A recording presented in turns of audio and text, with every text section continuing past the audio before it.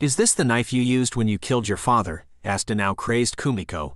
"Or maybe you used something else, maybe a pair of scissors or gardening shears. Those would definitely do the trick, wouldn't they?" Rumi began crying, prompting Kumiko to start laughing. "Save your tears," she said. "I know they're fake, just like everything else about you." "Mommy," sobbed Rumi. "Tell me," demanded Kumiko, again waving her knife in Rumi's face. "How did you know about Takeo? No one's ever told you about her. She was a secret. The only ones who knew about her are dead now. Dead because of you. Let me go," screamed Rumi. "You're not going to tell me?" asked Kumiko. "That's fine. You don't have to. You can take your secret to the grave." Kumiko left the living room temporarily. When she returned, she had with her a canister. She immediately popped the top off and began pouring gasoline around the room. "What are you doing?" asked Rumi. "You know what I'm doing," said Kumiko. "I'm going to send you to hell to be with the others. That's where we're all going, isn't it, because of what we did?" Kumiko then reached into her pocket and pulled out a book of matches and lit a nearby candle. "Make sure to say hello to them for me." "Don't kill me again," screamed Rumi. "What did you say?" asked Kumiko. Rumi's head was lowered and she was visibly shaking. "What did you say?" Kumiko demanded to know. "It wasn't enough to kill me once," asked Rumi. "Now you want to do it again? What do you mean?" asked Kumiko, a noticeable quiver in her voice. "What are you talking about?" "You know what I mean," said Rumi, raising her head. It was rare for Kumiko to see Rumi angry, but she had never before seen this near evil look upon her daughter's face. "Rumi-chan," said Kumiko. "Stop calling me that," exclaimed Rumi. "That's not my name, of course it is. What else would it be?" Kumiko suddenly trailed off as a startling idea occurred to her. "Takeo." Rumi gave no reply. All she did was stare back angrily. Kumiko began shaking her head. "You're not Takeo," she said, tears forming in her eyes. "I've always been Takeo. There used to be a Rumi, but she didn't make it out, so I took her body." Kumiko knelt before her daughter and touched her face. "This is a dream, it has to be," she said before bursting into tears. "Why are you crying?" asked Takeo. "Because I'm happy," replied Kumiko. "I have you back. I finally have you back. That's all I've ever wanted." "You never wanted me," exclaimed Takeo. "If you did, then you never would have thrown me away." "I didn't throw you away," said Kumiko. "Yes you did," said Takeo. "All of you did. That's why you had to be punished." Takeo proceeded to tell Kumiko that she had been privy to the events that had led to her untimely demise. Takeo remembered every word her grandfather had said on the day Kumiko and Hideki announced that they were expecting. He demanded Kumiko terminate the pregnancy in exchange for not only a large sum of money, but a promotion for Hideki. Failure to comply would have resulted in being cut off from the Sashihara family, including the family money. Takeo then revealed to her mother that she had been a witness to how persistent Hideki had been in trying to persuade Kumiko to accept the offer. He assured her that they would have another child someday, and the money they would be receiving would go far in securing a future for them. Dr. Kojima, though not experienced in such things, was more than a willing accomplice. He was close to the Sashihara family, and always did as Kumiko's father wanted. Whether it be ending an unwanted life or filling Kumiko with dangerous medications, Dr. Kojima was up to the task. "You crashed into a tree to make people think that's how I died," said Takeo. "But that's not the only reason you did it, is it?" Kumiko was unable to speak through her sobbing. "You tried to end your life that night," said Takeo. "I'm glad you didn't. If you had, then I would never get to punish you. I already tried to once. I bet you didn't know." "What?" gasped Kumiko. "The day I was born," said Takeo. "I was going to make you the first one I punished, but something stopped me. Maybe when you pretended to have a heart and begged the doctors to save me. But that didn't change anything." Unbeknownst to Kumiko, Takeo was slowly freeing her hands from the makeshift restraints. "Takeo, I would give my life to protect you," said Kumiko. "If I could go back and change things, I would." "But you can't," exclaimed Takeo. "You're the most precious person in the world to me," sobbed Kumiko. "If everyone disappeared tomorrow and it was just you and me, I would be happy. You're all I need." "Do you know how it made me feel every day to see those kids at school?" asked Takeo. "How come they didn't have to die like I did? What makes them so special?" Tears filled Takeo's eyes. "Why didn't you want me, Takeo-chan?" said Kumiko.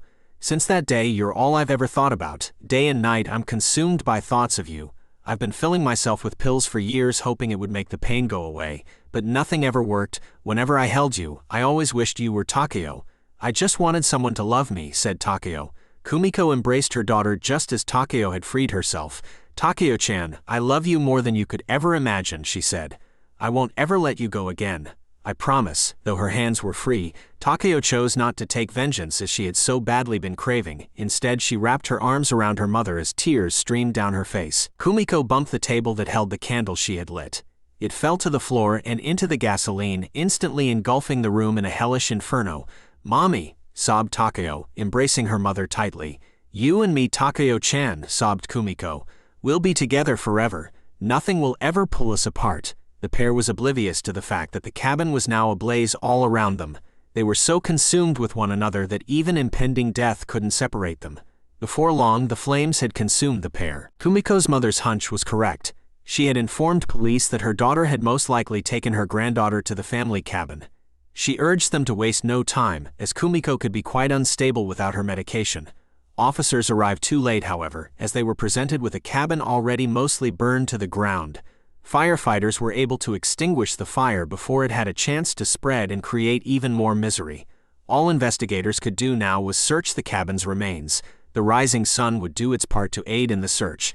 Part of the roof was moved away, revealing a most heartbreaking discovery. Kumiko and Takeo's bodies were found underneath. They had been left completely charred black. But what was even more tragic was the fact that the two were still holding on to one another. "It's them," said one of the detectives. "They must have become trapped. Being burned alive, there's no worse way to die."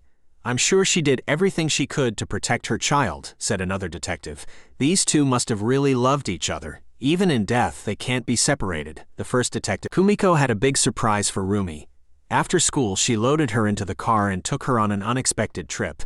Had Rumi been more perceptive, she would have realized that her mother hadn't packed anything for the two. It was going to be just Kumiko and Rumi all alone in the family's cabin. Coming from money afforded the family the luxuries that others could never have. "How come Granny didn't come with us?" asked Rumi. The young girl had been placed safely in the back seat and was drinking from what her mother had said was a special drink just for her, which was why Kumiko adamantly refused when Rumi tried to share it with her. "Because this is a trip for just you and me," replied Kumiko. "You like your granny, don't you?" Rumi nodded. "Granny's nice," she said. "She is nice," said Kumiko. "Rumi-chan, be honest with me. You can say whatever you want. I promise not to get mad at you. But did you think your grandpa was nice?" "Grandpa wasn't very nice," said Rumi. "Father wasn't the easiest person to get along with," said Kumiko. "How about Dr. Kojima? Do you like him?" "He's not nice either," replied Rumi. "What did he do that wasn't nice?" asked Kumiko. "Doctors are supposed to help people," said Rumi. "They're not supposed to hurt them."